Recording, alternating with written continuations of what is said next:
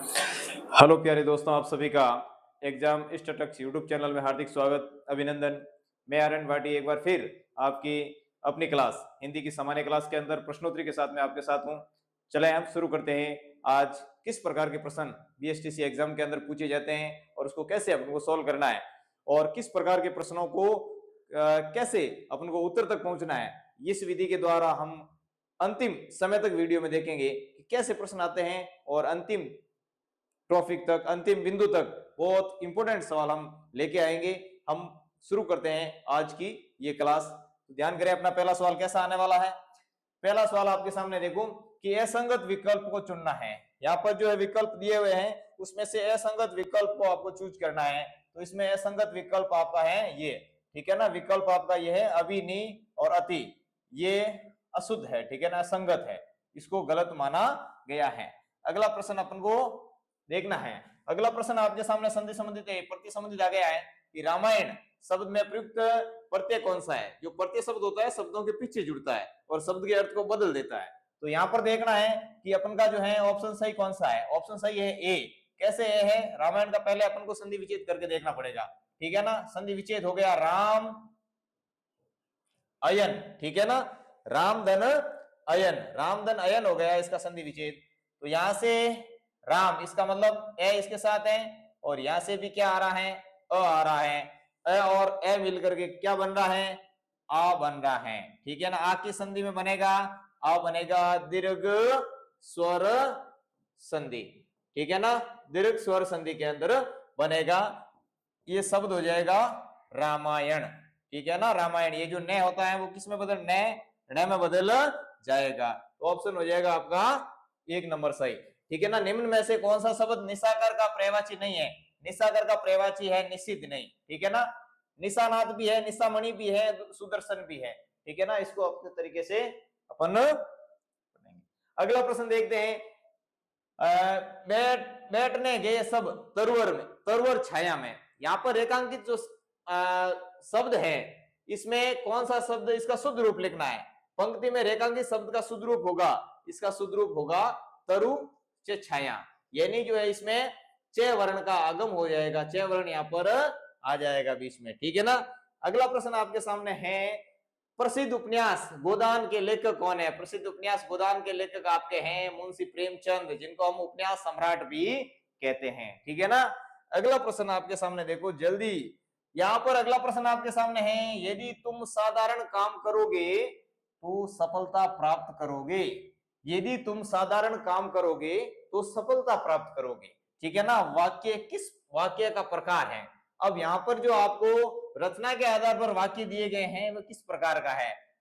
तो जो जहां से तो आश्रित उपवाक्य शुरू होता है, तो आश्रित उपवाक्य शुरू होता है, वो वाक्य कैसा होगा, वो वाक्य हमेशा मिश्र वाक्य होगा, ये ध्यान रखना है। तो आपका बी ऑप्शन एकदम इसमें सही हो जाएगा। तो अगला प्रश्न की ओर बढ़ते हैं। अगला प्रश्न आपके सामने है, देखो अगला प्रश्न आपके सामने ये, निम्न में से तत्पुरुष समास का उदाहरण कौन सा है। तत्पुरुष समास की पहचान क्या है, अपने पिछले वीडियो में भी देखा था। तत्पुरुष समास के अंदर कारक चिन्हों का लोप होता है। जो कारक चिन्ह होते हैं उसका क्या हो जाता है, कारक चिन्हों का लोप हो जाता है, कारक चिन्हों का लोप हो जाता है, ठीक है ना। यहां पर उदाहरण कौन सा है, यहां पर देखो ये जो तीनों ये ऑप्शन है, यथाशक्ति, प्रतिदिन और आमरण, इस सब के अंदर जैसे यथा शब्द, प्रति शब्द और आ शब्द, ये जो तीनों ही शब्द हैं वो तीनों शब्द क्या हैं, तीनों शब्द है अवयव शब्द। क्या है, अवयव शब्द। अवयव शब्द का मतलब होता है जो लिंग वचन एवं कारक के अनुसार नहीं बदलता है। और अवयव शब्द किस समास के अंदर आता है, अवयव समास, ये अवयव शब्द आता है आपको अवयव भाव समास के अंदर, ठीक है ना। अवयव भाव समास के अंदर ये आ जाता है। तो ये तीनों अवयव भाव समास के हो जाएंगे और आसांतित हो जाएगा किसका, तत्पुरुष समास का उदाहरण। चले अगले प्रश्न की ओर बढ़ते हैं। अगला प्रश्न आपके सामने है विलोम शब्द से संबंधित। विलोम शब्द, विलोम शब्द का मतलब होता है विपरीत अर्थ बताने वाले शब्द। तो यहां पर जो सरस शब्द दिया हुआ, सरस, रस के साथ सरस, ठीक है ना। सरस शब्द का विलोम क्या होता है, निर्जल नहीं हो सकता, निरीह नहीं हो सकता, दुर्गम भी नहीं हो सकता। यहां पर पहला ऑप्शन सही है, नीरस। सरस का क्या हो जाएगा? नीरस।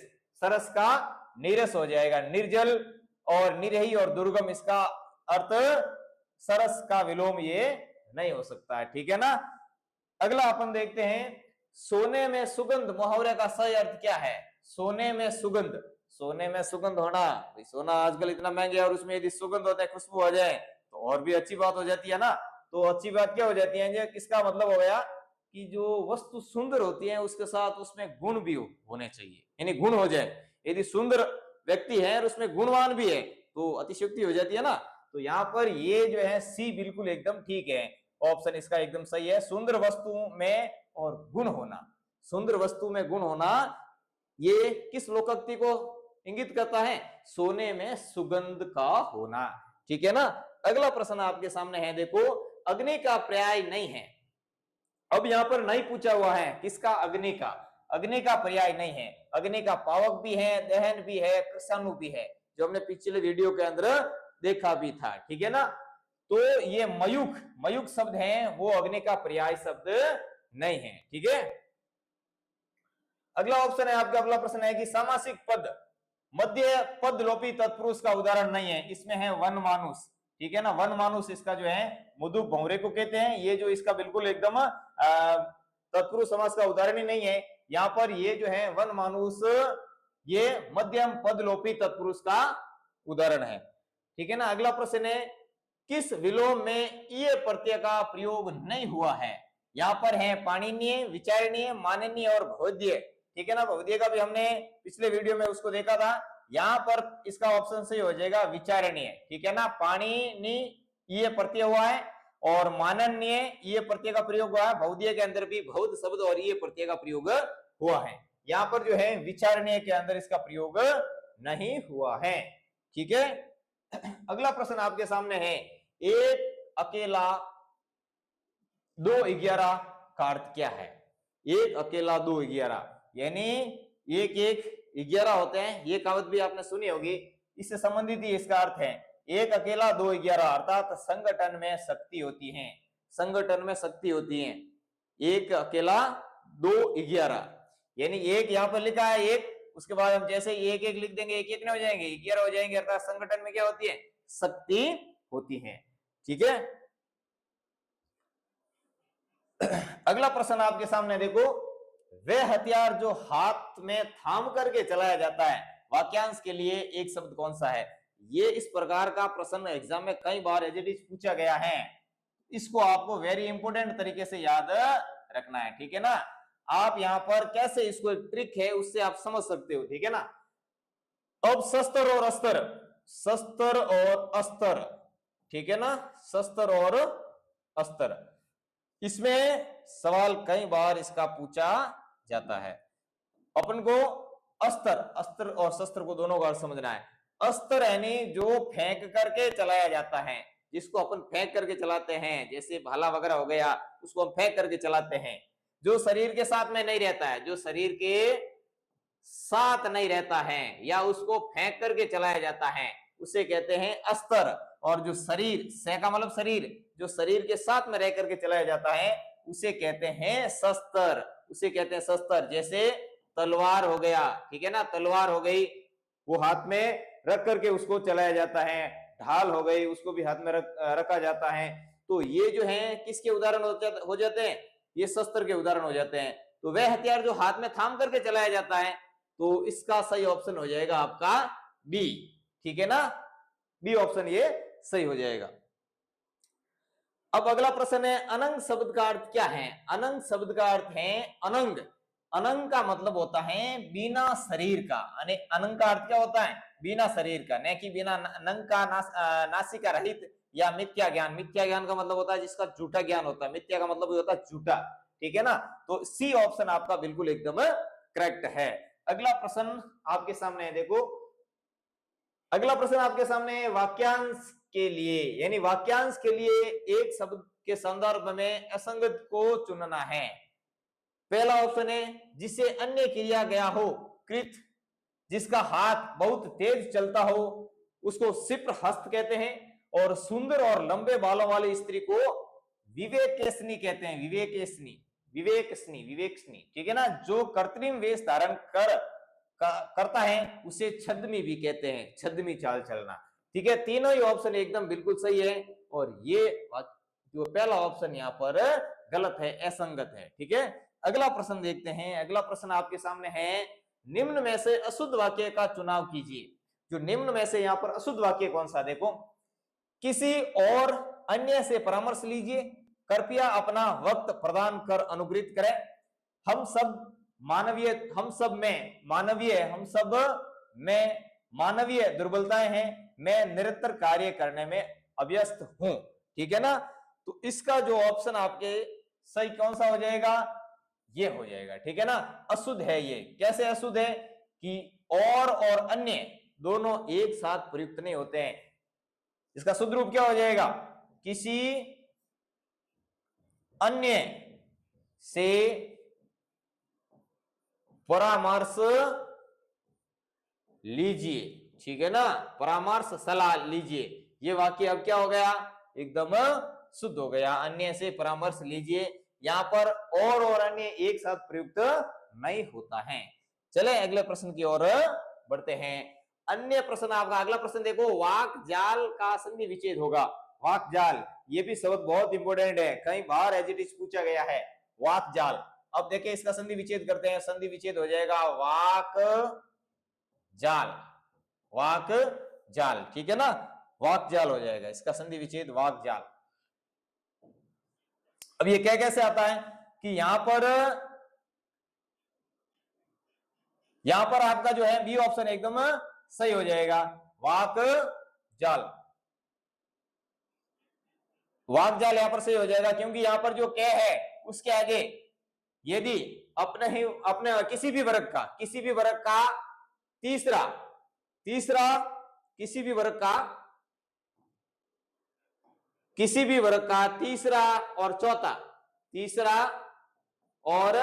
चौथा वर्ण आ जाता है, किसी भी वर्ग का तीसरा या चौथा वर्ण आ जाता है, तो क्या किस में बदल जाएगा, घ में बदल जाएगा, यानी क च ट त प का ग ज ढ ध प हो जाएगा। ये संधि का एक नियम है, उसके अकॉर्डिंग ये शब्द आपका बिल्कुल एकदम सही है। ठीक है ना, अगला प्रश्न आपके सामने है, चिंतामण शब्द में कौन सा समास है। चिंतामण शब्द के अंदर समास हो जाएगा आपका चिंतामण, ये जो आपका समास हो जाएगा तत्पुरुष समास। ठीक है, अगला प्रश्न आपके साथ है, कवि का स्त्रीलिंग शब्द है। कवि का स्त्रीलिंग, ये देखना, कवि का स्त्रीलिंग क्या है, कवि का स्त्रीलिंग है कवयत्री। अब यहां पर कवयत्री शब्द गलत लिखा हुआ है, देखो कवयत्री ऐसे लिखा आता तो ये अशुद्ध है। ठीक है ना, ये अशुद्ध है, और वर्तनी की दृष्टि से कई बार ऐसे सवाल पूछे भी जाते हैं। ठीक है ना, तो सही रूप इसका क्या हो जाएगा, कवयत्री, कवयत्री, ये इसका सही रूप हो जाएगा। यदि कोई महिलाएं कविता लिखती हैं तो उसके लिए जो होगा कवयत्री, और पुरुष के लिए कवि, पद्य भाग का रचना करने वाला लेखक होता है कवि। ठीक है ना, अगला प्रश्न देखते हैं, वाक्यांश के लिए एक शब्द के संदर्भ में असंगत को चूज करना है, असंगत को चुनना है, जिसकी इच्छा की गई हो, जो छाती के बल चलता हो, जिसकी दोनों पक्षों में निष्ठा हो। ठीक है ना, जो अच्छे कुल से उत्पन्न हुआ हो। तो यहां पर संगत संगत है उसको सही है, उसको चुनना है। तो यहां पर ये जो तीनों ही है वो बिल्कुल गलत है, सी बिल्कुल एकदम सही है, जिसकी दोनों पक्षों में निष्ठा हो उसे उभयनिष्ठ कहते हैं। ठीक है ना, उभयनिष्ठ कहते हैं। उरिक्ष की जगह हो जाएगा उरग। ठीक है ना, उरिष्ठ की जगह क्या हो जाएगा, उरग।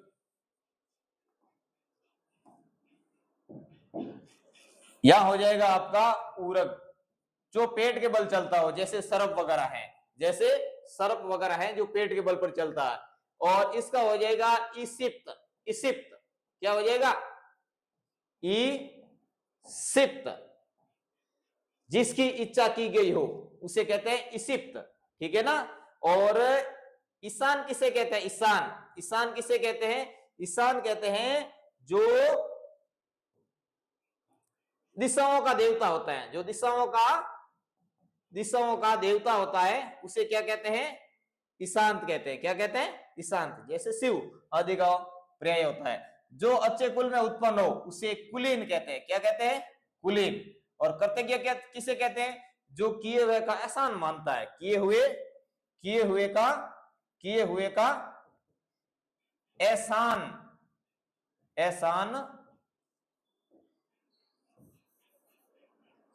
किए हुए का एहसान मानने वाला। किए हुआ का एहसान मानने वाला उसे क्या कहते हैं? एहसान मानने वाला। किए हुआ का जो एहसान मानता है उसे हम क्या कहते हैं? कृतज्ञ कहते हैं। ठीक है ना, कृतज्ञार्थ। और किए हुआ का एहसान नहीं मानता है उसे क्या कहते हैं? कर्तघ्न कहते हैं। ठीक है ना, इसको भी अपन को अच्छी तरीके से ध्यान में रखना है। ये इससे काफी शब्द आपके सही हो जाएंगे। ठीक है ना, जिसकी इच्छा की गई उसे इसिप्त कहते हैं। जो छाती के बल पर चलता है उसे उरंग कहते हैं। जिनकी दोनों पक्षों में निष्ठा उसे उभयनिष्ठ कहते हैं। जो अपने कुल में जन्म लेता है अच्छे कुल में उसे कुलीन कहते हैं। ठीक है ना, इसको भी अच्छी तरीके से आपको ध्यान में रखना है। अगला शब्द आपके साथ, अगला प्रश्न है कि निम्न शब्दों में किसकी वर्तनी शुद्ध है? निम्न शब्दों में किसकी वर्तनी शुद्ध है? तो निम्न शब्दों में ये जो वर्तनी आपकी बिल्कुल डी ऑप्शन इसका सही है। हमेशा ये प्रश्न कहीं बार पूछा जाता है। अनुग्रहित, ये जो अनुग्रहित इसमें री आती है, री की जो है री इसके अंदर आता है, तो इसको अपन को अच्छी तरीके से ध्यान में रखना। अनुग्रहित ऐसे सही लिखा जाता है। ठीक है ना। अगला प्रश्न आपके साथ है, निम्न में से संधि के संबंध में सही विकल्प का चयन कीजिए। यानी संधि का विकल्प इसमें सही कौन सा है? परिष्कार, प्रो, उज्ज्वल, कर्ता, आचार्य और निष्ठुर। ठीक है ना, इसमें सही ऑप्शन आज आपका हो जाएगा ये परि। इसका भी नियम है संधि का। कौन सा नियम है? देखो, परि धन कार।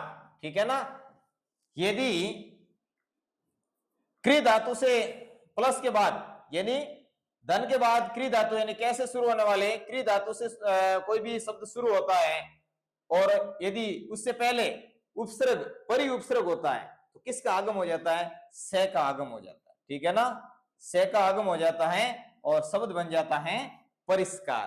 ठीक है ना, प्रोज्वल के अंदर भी और कृपाचार्य के अंदर भी कृपाचार्य होता है, कृपाचार्य नहीं होता है। और इसका भी संधि यहाँ पर गलत हो रखी है। ठीक है ना, प्रोज्वल होता है, प्रोज्वल। ठीक है ना, ये इसका सही शब्द होता है। निष्ठुर के अंदर भी यहाँ पर जो है सह इसका, ये यहाँ पर आगम इसका सही नहीं होता। ठीक है ना। यहाँ पर अगला प्रश्न देखते हैं, निम्न में से इत प्रत्यय का प्रयोग तद्धित रूप में हुआ है। इत प्रत्यय, अब इत प्रत्यय का प्रयोग कहां पर? तद्धित रूप में, तद्धित के रूप में हुआ। तद्धित किसे कहते हैं?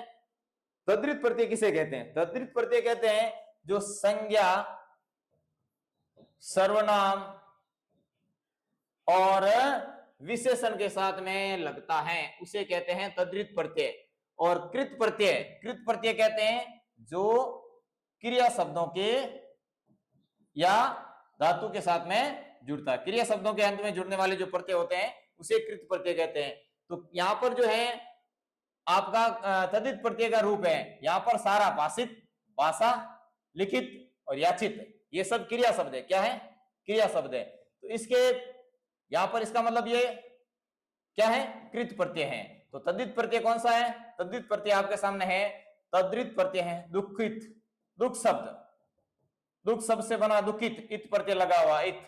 ठीक है ना, दुखित शब्द बन गया दुखित। ठीक है ना, दुख शब्द क्या है? संज्ञा। कैसी संज्ञा है? भाववाचक संज्ञा। ठीक है ना, इसको अपन को अच्छी तरीके से फिर से ध्यान रखना है। अगला प्रश्न आपके सामने है, अच्युत का अर्थ क्या है? अच्युत का अर्थ, अच्युत का अर्थ, अच्युत होता है उसका अर्थ हमेशा होता है अविनाशी। अविनाशी है ना, सब प्रकार से विमुख व्यक्ति होता है अविनाशी। ठीक है ना, ये उसका अच्युत का सही अर्थ होता है, इसको ध्यान रखना। निम्न में से कौन सा शब्द निरुपसर्ग से नहीं बना है? निरुपसर्ग से कौन सा शब्द नहीं बना है? निरुपसर्ग, देखो निर्वाचन में निरुपसर्ग लगा हुआ है, निर्वाचन और निर्वाहा, निरत और निर्मूल, निर्मूल में भी निरुपसर्ग लगा हुआ है। यहाँ पर निरत शब्द के अंदर निरुपसर्ग नहीं है, यानी यहाँ पर उपसर्ग लगने से, उपसर्ग यदि आपने अलग कर दिया तो पीछे शब्द सही बनना चाहिए। यदि शब्द सही नहीं बन रहा है तो उपसर्ग सही नहीं हो सकता। ठीक है ना, तो निर और रत शब्द का कोई अर्थ नहीं होता है। ठीक है ना, इसलिए इसको जो है ये निर उपसर्ग का प्रयोग सही नहीं हुआ है। अगला प्रश्न आपके सामने है, अशुद्ध शब्द का चयन कीजिए। अशुद्ध शब्द, हमेशा हिंदी में सबसे ज्यादा प्रश्न शुद्ध, अशुद्ध और असंगत इस प्रकार के सवाल कई बार बनते हैं। वाक्य शुद्ध कौन सा है, अशुद्ध कौन सा है, और इस प्रकार के शब्द बनते हैं। उस समय थोड़ा समय देना पड़ता है, तो इसको आपको लगातार इसके लिए अपन को प्रैक्टिस करनी पड़ेगी, और प्रैक्टिस ही आदमी को क्या करती है, परफेक्ट बनाती है। तो यहां पर देखना है अशुद्ध शब्द कौन सा है। अशुद्ध शब्द पीड़ित, जडमती, जडमती, और जडमती किसे कहते हैं, जडमती उसे कहते हैं जिसकी बुद्धि नहीं, बुद्धिहीन कह सकते हैं अपन, ठीक है ना। जडमती, जो मूर्ख आदमी होता है उसके लिए जडमती। योगरूढ़, दो शब्दों के मेल से बनने वाला शब्द योगरूढ़, योगरूढ़ जो हमने कल वीडियो के अंदर चर्चा करी थी। और यहां पर अशुद्ध शब्द है निरोग, निरोगी। कई जगहों पर आपको ऐसा शब्द लिखा हुआ मिलेगा, निरोगी, पहला सुख निरोगी काया, परंतु निरोगी शब्द, निरोग ये शब्द सही है, निरोगी, ठीक है ना, निरोगी। यहां पर निरोगी शब्द ये सही है, तो यहां पर इसका ऑप्शन हो जाएगा डी, ठीक है। अगला प्रश्न आपके सामने है, देखो, द्वंद्व समास के भेदों के संदर्भ में असंगत को चूज करना है, असंगत को चुनना है। तो यहां पर देखो, गंगा यमुना इतरेतर द्वंद्व है, कृष्ण अर्जुन वैकल्पिक द्वंद्व है, इकहत्तर इतरेतर द्वंद्व है, या बाल बच्चा समाहार द्वंद्व है। इसमें है आपका सी ऑप्शन सही। अब देखो कि जहां पर द्वंद्व समास के भेद हैं, द्वंद्व समास के भेद होते हैं, द्वंद्व समास के भेद, इकरेतर द्वंद्व होता है पहला, दूसरा आपको वैकल्पिक जो द्वंद्व होता है, वैकल्पिक द्वंद्व समास, द्वंद्व समास, ठीक है ना, और तीसरा होता है समाहार द्वंद्व समास। तो यहां पर पहला, दूसरा और तीसरा, जहां पर दोनों शब्द जहां पर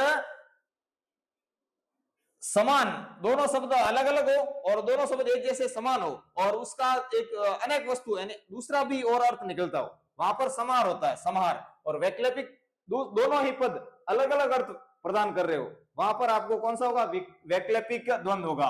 और इतरेतर द्वंद्व के अंदर दोनों ही पद का एकदम स्वतंत्र अर्थ और सही अर्थ होगा, ठीक है ना, ये एकदम सही होगा। तो यहाँ पर जो है गंगा यमुना दोनों ही शब्द एकदम सही है, और कृष्ण अर्जुन, कृष्ण और अर्जुन दोनों ही विकल्प यानी एक दूसरे के विपरीत है, ठीक है ना। 71 और यहाँ पर बाल बच्चा, इसका भी एकदम समार के अंदर सही है, तो इसका ऑप्शन ये हो जाएगा सी नंबर एकदम सही, ठीक है ना। जो सवाल, अगला सवाल है, अंधे की लकड़ी मुहावरे का सही अर्थ क्या है। अंधे की लकड़ी, अब देखो अंधे की लकड़ी का मतलब होता है एकमात्र सारा, अंधे को लकड़ी ही एकमात्र सारा होती है, तो ये जो अंधे की लकड़ी मुहावरे का सही अर्थ हो गया एकमात्र सारा। अगला प्रश्न है, निम्न में से कौन सा शब्द परि उपसर्ग से बना है। अब यहां पर जो है निम्न में से कौन सा शब्द परि उपसर्ग से बना है। परि उपसर्ग से, पराकाष्ठ में परि उपसर्ग नहीं है, प्रदक्षिणा में भी नहीं है, और परजीवी के अंदर पर नहीं है। परिधि, परिधि शब्द के अंदर कौन सा उपसर्ग लगा हुआ है, परि उपसर्ग लगा हुआ है। तो इस प्रकार से हमने जो है सवाल देखे हैं कि कैसे और किस प्रकार के सवाल हमारे सामने आते हैं और हम किस प्रकार से उसका अध्ययन करते हैं।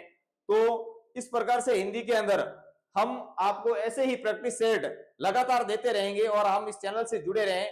आप निश्चित होकर के आपको बीएसटीसी का कैसा भी पेपर होता है उसके अंदर ऐसे सवाल आपके सामने आएंगे, तो लगातार आप यहाँ पर जो है प्रैक्टिस कीजिए हमारे साथ, और इस चैनल के साथ में लगातार जुड़े रहें। धन्यवाद।